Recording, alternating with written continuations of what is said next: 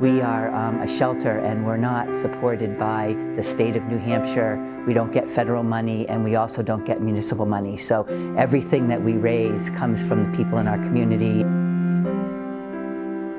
We have probably about 300 volunteers right now in our database, and they're just the backbone of everything that we do here. They do everything from walking and feeding the dogs to, taking care of the cats, cleaning litter boxes, feeding them, playing with them, making sure they get the attention they need. Our volunteers are really the ones who make it all possible for us to give them the care and the love that they deserve.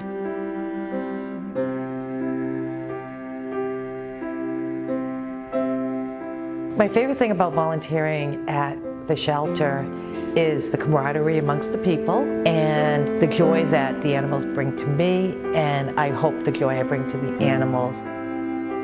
My favorite thing about being a vet tech is the fact that I get to help a wide variety of animals, and what I love about here is that it's a different thing every day. So we have a full medical department with staffed veterinary technicians and veterinary assistants. Every time an animal comes in, they're run through the medical department where there's an intake process that's done, where they receive age-appropriate vaccines, fully checked for parasites, defleed, dewormed, microchipped, spayed, neutered. So when people are adopting an animal, they're getting a lot that is done to the animal for a very reasonable price.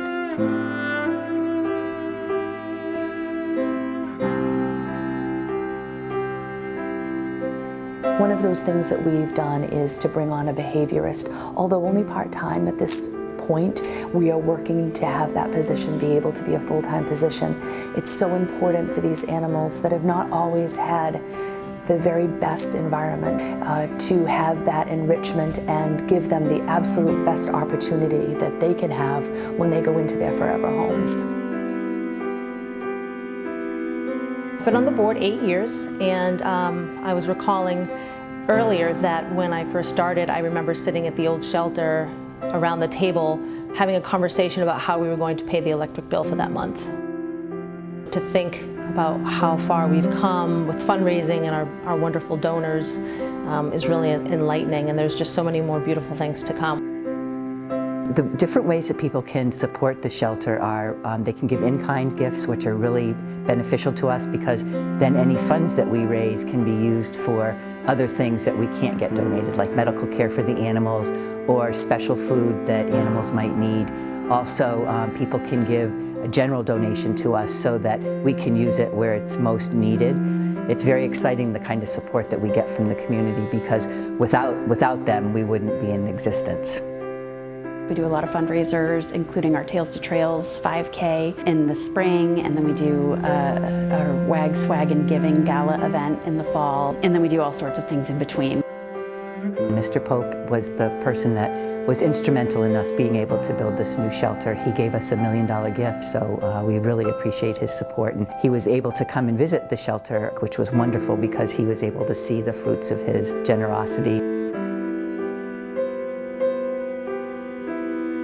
My vision for the organization is to make us viable in the community, where people really look at us as a resource. We would like to eventually expand the organization. It'd be nice to start housing different types of animals as well.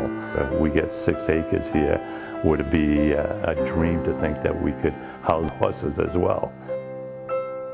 So I love the idea of our community room and having more birthday parties here and outreach to the schools and really involving the local community and teaching younger children that animals are such a big, important part of this community. We're going to start doing more community programs. We're going to start having camps for kids during the vacations, doing birthday parties on weekends. So that'll bring more people in, and people will support us in a lot of different ways once they get engaged. My goal would just to be continue to make an impact in the community and the lives of the animals and the people that we serve. To build more relationships and collaborations with local police departments, organizations, to plan ahead and do some development and strategic planning, to continue to survive and thrive.